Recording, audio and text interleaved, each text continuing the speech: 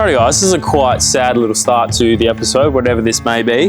We're gonna get this fixed later, probably next year, but for now I'm gonna tell you what's happened because I was driving home the other day and we were just filming a reel about, oh, my injector got stuck open, blah, blah, blah, and it's actually really bad. So we did have the 8th injector get stuck open. I did turn it straight off, disconnected that one, and we've got it home, but we've got SP's little endoscope here with the camera, and I was like, oh, we'll just make sure, expecting it to be fine. I think there is actually a hole in the piston, and if that's true, that's all bad for this motor. It's gonna have to come out and get a rebuild. So before we dive too deep into it, we rip the camera out and we're gonna see. We've cleaned the end here. We'll try to blow out the piston and see if there's any actual crack and hole in there. Not a cheap engine from the US. Duramax out of Silverado in the States, so it's quite unfortunate. But it's funny because I was about to do another little rebuild on this and the box needed a rebuild and I was gonna, you know, replace the chassis and all that. So I guess it's just got a little bit bigger now. Maybe a Ford's bottom end.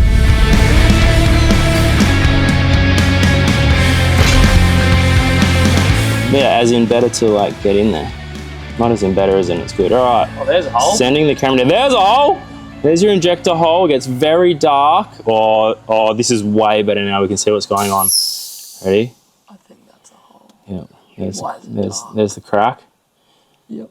Wait, hang on. That's a crack. No, that's a little scribble there. It's a scratch. Could have been from the endoscope. That's a scratch.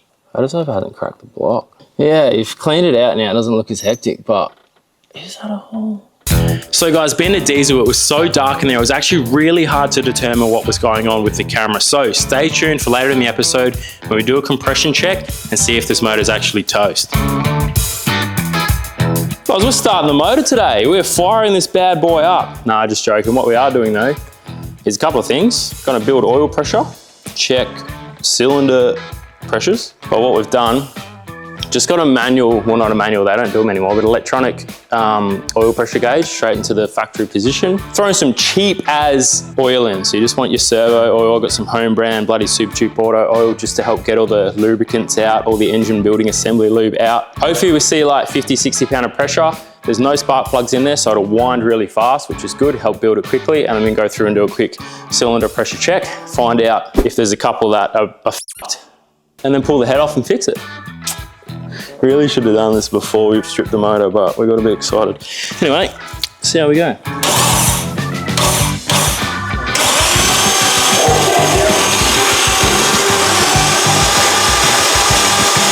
Yeah, boy, 50 pound on the dot.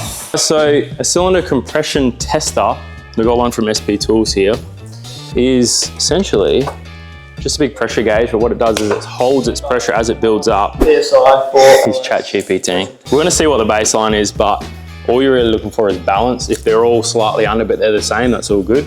But if one's an outlier and they're all 100 and then one's at like 50, then you know you got a drama.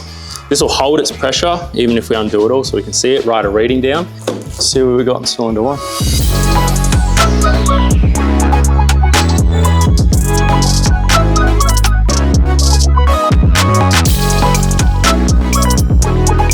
Oh, look at that.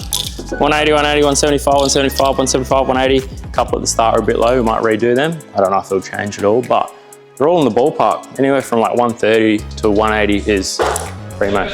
All right, guys. Turn that around so I can see if I'm even in frame. Check, check, check, check, check, check, check, check. Yep, mic's working, sweet. Rightio, guys, so I've just thrown the Bullbar on and we're all done now. So, well, not all done. We've still got to do the piping for the intercooler and then I can make the bash plate to suit. I guess the last look of the Bullbar is done and I'm pretty happy with how it's come out.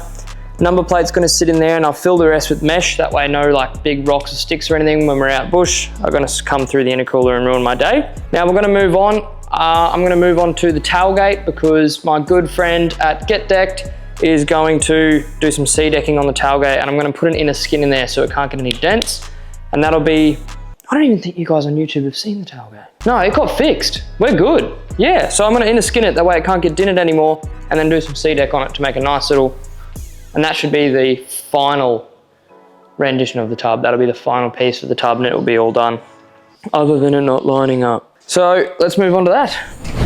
Yeah, so as I was saying, guys, the tailgate got fixed, which was super exciting because I just didn't want to reskin it flat. And Rohan, down at Rohan's Detailing, he got one of his boys there who's just an absolute freak at what he does. You know, there's people that are just really good at what they do.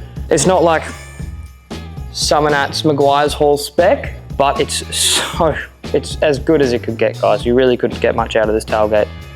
So yeah, I'm gonna flip this over now, and then we're gonna get to inner skinning it. That way it can never get dented again, and it's gonna stay with me for the rest of my life. All right, so I've lined up my pieces and I've just drilled 2 opposite corners on each one to hold them in place. Now I thought this was worth mentioning because if you're trying to do like a plate like this and then C-deck on top of it, you don't want the heads of your rivets given that tiny little air pocket there. I've drilled my 5mm hole for my 5mm rivet, then I use a countersinking bit on the drill, and now that's to countersink the hole so you can actually sit your rivet in, and when you pull your rivet up, it'll be flush to the rest of the material.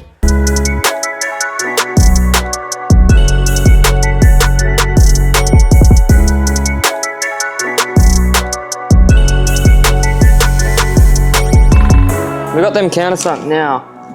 Everybody knows I've got a bit of a thing for latches, but now I've got a bit of a thing for chains. Whoa, pause, that's wild. No, I meant like chains to hold the tailgate up.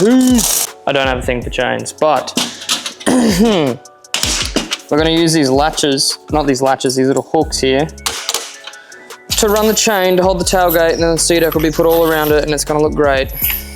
By the way, I've had a few people ask me where to get the latches from the latch. You can literally get them from any hardware store if you open your eyes and look in the over there section.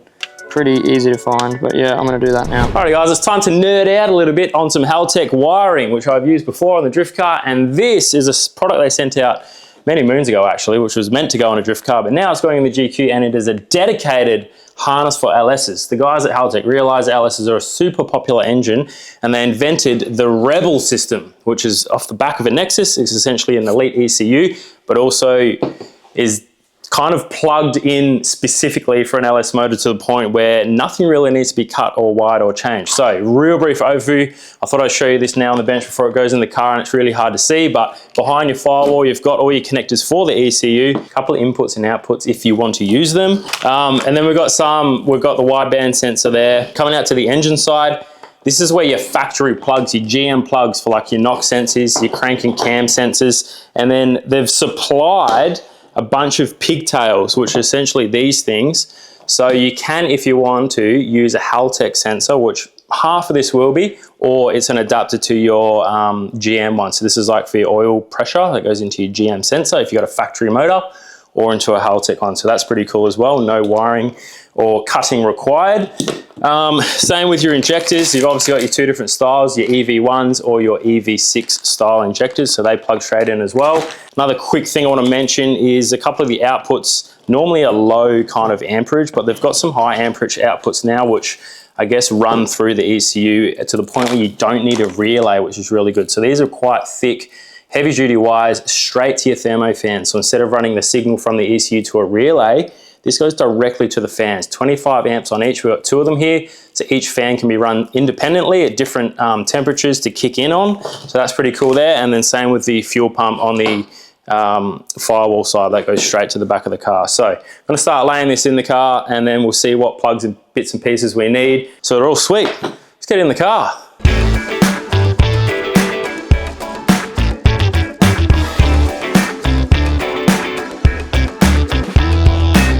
At the moment, we've just done the Haltech and ran that where it needs to be, ordered some sensors for that. Now I'm onto the body harness. Don't know if I showed, pretty sure I did show this about the standalone body harness, and now I'm pretty much just wiring up everything from scratch. Come over this side. This is how I'm trying to hide all of the headlight wiring. Obviously, that, you know, if you've done a set, they have heaps of boxes and stuff.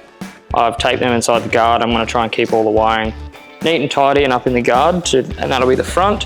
Gonna move to the back, and then we'll go to the push button start thing, and I'll give you a quick run through when that happens. I think Sam is over there doing a radiator shroud right now, so we're gonna go check up with him and then see how he's going with that. Alrighty guys, this morning I'm gonna get a little bit fabby. We're making a shroud for the radiator. So I actually got these for drift car ages ago, but not using them, but they're Spalls high volume fans. These things suck like crazy. They're a little bit deep, but because they're 12s, we actually worked out, we went to Hyperfab. We got enough width there to keep that gap there for that 4-inch intake. Cool thing about the PWR radiator, it's already got a bunch of nutserts there to bolt the shroud to. So I'm gonna probably put 10-15 mil of gap there just to create a vacuum area for the fans to work on. bend it up out of some aluminium and then bolt it down. So that's today's mission. We should be able to draw it up on CAD on Fusion, use the plasma to cut the holes perfectly. And she's on there just like that.